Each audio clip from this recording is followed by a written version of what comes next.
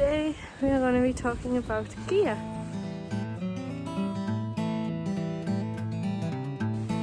What I'm going to do is, because people might be looking for certain things, I'm going to leave a little timeline in the description so that you can jump to whatever section you feel like you might be interested in. You can watch the whole thing if you wish, but if not, there's going to be a time scale, so look for that.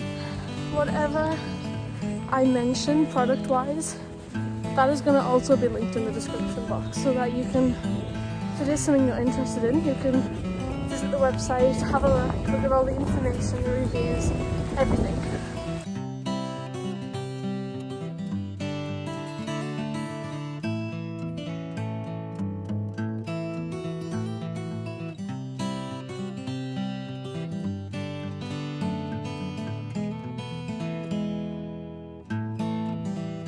I just want to let you know that I've been out walking for about 20 minutes now, and this puddle right here decided to house my bottle of water.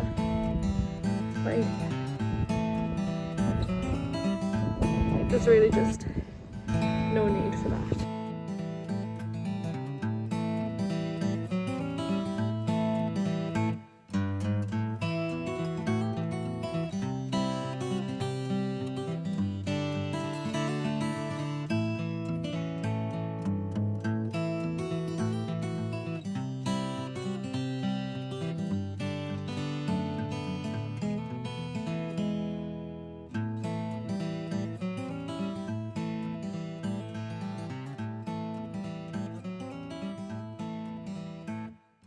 So the first thing that I'm going to talk about with gear is my 3 top tips for selecting gear, which I personally am finding very useful when I'm looking for gear right now for the PCT.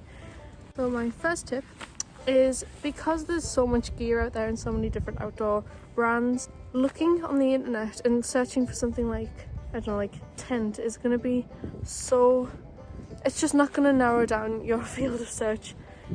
Anyway, a good way to narrow down that field of search is to just simply type in on YouTube, the internet, or on Instagram or any kind of social media, whatever hike or activity it is that you're wanting to do, followed by gear list. And I can promise you that anybody who makes vlogs, anybody who writes blogs, and anybody who posts about any kind of hike or outdoor activity that they do will have a gear list, because it is one of the most asked questions when it comes to outdoor activity. What gear do you use? Where do you get it from? How much is it? What do you recommend? What do you not recommend? It's all of those questions that get asked the most. So there will be a search result out there for you, and doing that, you're going to end up with a lot of different suggestions by people who have actually used the gear and know that it works well on what it is that you're wanting to do. So you're going to get reliable and a narrower field of products. So you can then take, say, 10 of your top products that you think sound good based on these suggestions, and then you can go and do your own research into them. But then it means you're not searching through thousands of items and you're searching through maybe 10.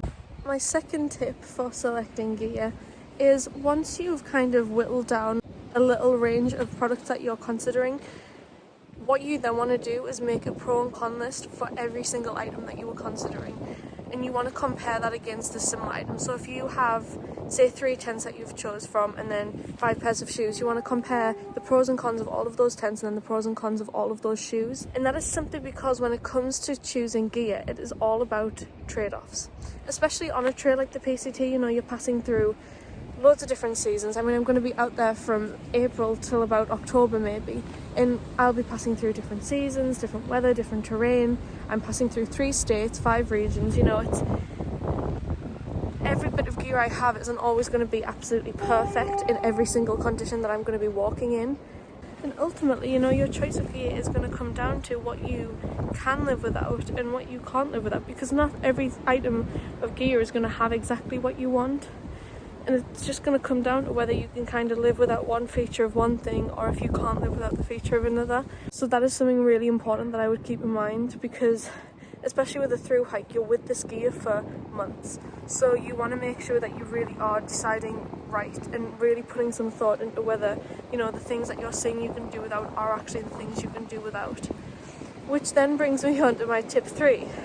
to actually know what you can and can't do without is to just test the gear back home before you go on and do any of the activities that you're planning on doing with your gear. So at the moment, you know, there's not many places that I can go because of lockdown to test out, say, a tent, so I haven't bought one yet. But like, for instance, my shoes that I plan on hiking with and my socks, I have, and I've been testing them for a few weeks now, and you know, it's just about doing that because it's a lot easier to change out gear back home and test out new gear back home than it is to like find what works for you on trail. You're not going to get that luxury, so make sure that you do it at home. Something that I will just kind of add on to that is if you're planning on doing any of your activities in a country that isn't your home country that you live in, so for instance me doing the Pacific Crest Trail, you know, I live in the UK and that's based in America, might be worth looking at gear that is predominantly sold in that country that you're planning on doing the activity. So like when I've been doing my searches, I am looking predominantly at American based companies or companies that I can buy here but I can also buy just as equally over there, because if anything goes wrong with the gear, you're going to be able to contact someone and get a replacement, or you know, whatever it is that you need. You're going to be able to do that a lot easier if the company or the product is made or sold in the US or like whatever country it is that you're planning on going to. And that is just something to bear in mind, especially when you're out there for that long. You don't want to be stuck with gear that you can't actually replace if you need to or get fixed. The first bit of gear that I'm going to be talking about is the shoes that I'm intending on wearing while I hike. So shoes are the Altra Lone Peak Trail Runners. They retail for about £120. They are an American brand, but they do have a European store, and they do have suppliers in many different UK running websites. I have sized up in these shoes, so I am usually a size 6 shoe and these are a size 7, and that is purely just because whenever you get any kind of running or walking shoe, you want to have about a thumbnail's distance between the top of your toe and the end of the shoe, and that is just so that you're not getting any unnecessary pressure on your toes.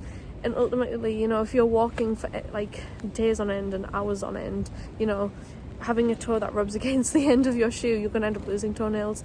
So it's always good to try and avoid that, and making sure you have the right fit shoe is going to do that. They have an extra wide toe box, so that basically just means that when your foot presses down on the floor when you take a step, your foot naturally like spreads out, and having the extra wide toe box just accommodates that.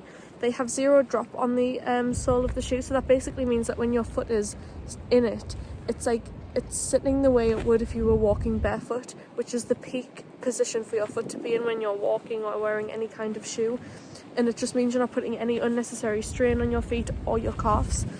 They aren't waterproof, but for what I'm doing there is going to be a few instances where I will need to walk through streams to get to the other side of the trail, so my feet inevitably are going to get wet, and I'd just rather have, you know, shoes that are breathable and dry quicker than have waterproof shoes that kind of trap moisture in, take ages to dry, and then ultimately get foot problems because of that. Whereas if I have a breathable shoe, it's not going to be too much of an issue if they do get wet. So the next thing that I'm going to be talking about is the socks. So the ones that I'm wearing are the Darn Tough women's hiking quarter height hiking sock. They retail at about $20 a pair. They are an American brand, they're sold in Vermont, and you can actually purchase them in a few different stores in the UK. They come in about 3 different colours, and the sizing on them is small, medium or large, and then for men's it's small, medium, large and extra large. I have the medium on, which is about a UK size 5 to 7. They're made from merino wool, which is quite thick, but it means they dry quick as well. The only thing I would say to be careful of, which isn't actually directly about the sock, it's more just the supply of getting them in the UK, is they are sold on Amazon. Now, I was going to buy them off there first, and when I was reading the reviews, a few people had stated that they were having a lot of rubbing off them, and a lot of people were saying that they weren't the actual Darn Tough ones, they were kind of like replicas, I guess. So that's just something to be mindful of, and I didn't end up buying mine off there purely because of that. And so if you are buying them off Amazon, just read the reviews and kind of make a decision off that, because a few of them do say that. So the trekking poles that I'm going to be using are the Black Diamond Alpine Carbon Cork trekking poles. They retail for about $180 for the pair, which, you know, it is pricey, but you do pay for good quality with these. They're made from carbon fibre, which is a very durable material. They have aluminium flip locks, which just make it easy to adjust the height. They adjust to about 50, it's either 48 or 58 inches, but I will check on the website and leave it here. Or if you want to check on the website yourself, I'll leave the link below. Now, I read somewhere that, you know, the kind of weight and the pressure that goes into your legs from your pack can actually be alleviated by 25% when you use trekking poles, because then that weight is then distributed to your hands, which, you know, 25% doesn't seem like an awful lot, I guess, but when it comes to weight distribution and weight placement, especially when you're hiking, that's a massive amount, and it's a massive help on your joints and your legs. So that is something that I'm going to be prioritizing. So the next thing that I'm going to be talking about is my tent choice. Now, the one that I've chose is an American-made brand. It is the ZPacks Duplex. So this tent retails at about $600. This tent is a single-walled tent that is not freestanding. You need 6 to 8 stakes to put it up, and you need 2 trekking poles to put up the front and back. So this tent is made from Dyneema, which was formerly known as Cuban fibre. It is a very strong and durable material. It does have a bathtub floor, so what that means is that, like, it's an A-shaped tent, and it means that basically if any water comes down, it's going to come straight off rather than coming and pooling into the bottom of your tent. It does have a vestibule at the front and back of the tent. And lastly, this tent is a 2-person tent. Now, I am doing this by myself, but I want that extra room because the price of the Duplex, which is the 2-person tent, isn't much more expensive than the single-person tent, which is the Duplex. So I'd rather just have that extra space for the money. The last bit of gear that I'm going to talk about is my backpack. So I'm going to be using the ZPacks Arcall 62-litre backpack. This backpack retails for about $125, comes in a range of colours, and it does come in a range of torso sizes and belt sizes. It is made from gridstop fabric, and some of the straps are made from Dyneema. All of the seams are sealed, so it's highly water resistant. It does have a roll top fastening at the top, which does accommodate a bare canister to fit in the top, and it also means that it's very highly water resistant. The frame that this backpack has is similar to this one in that it has a mesh panel which will sit against your back, and then the actual pack itself will be arced away from your back, so it means, you know, you're having a limited amount of contact points between your back and the backpack as you possibly can, and that means, you know, you're not going to have as much friction or rubbing. In regards to the tent, the backpack and the trekking poles, I don't actually have any of them yet, and I haven't tested them, so I can't really give you any sort of proper reviews on them, or, you know, cons that I find, which I will give once I test them and have them. But right now I can just give you what I know from the website and from people who have used these things.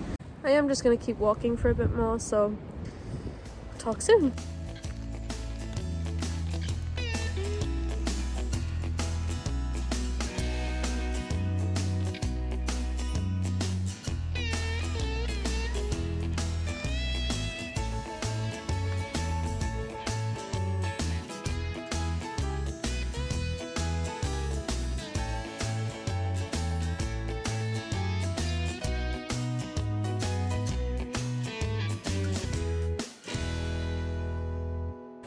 In all honesty, I've been really struggling with motivating myself to get up and walk the past few days. And you know, if you are feeling that way and you're struggling, no matter what it is you're struggling with, you know, never be afraid to reach out to people to ask for help on it.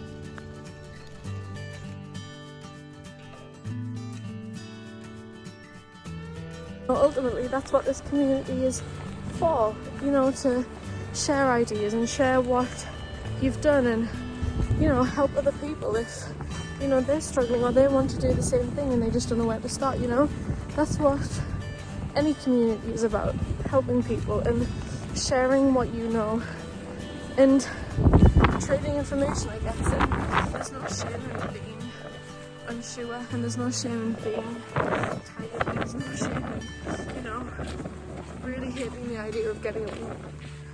And it's just about little tricks you can get around that. And it very much helps that the community is a very welcoming and friendly one.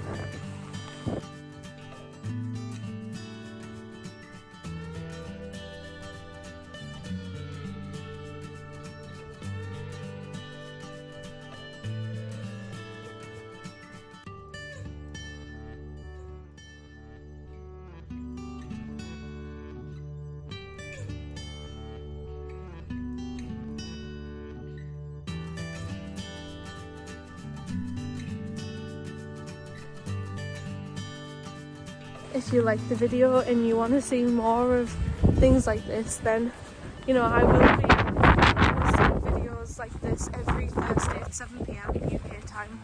Hit the subscribe button, turn on the post notification bell, you know, anything. Follow my Instagram, the name is in the description. I do ask frequent questions about what people want to see, do polls, or, you know, leave a comment down below saying what you would like to see.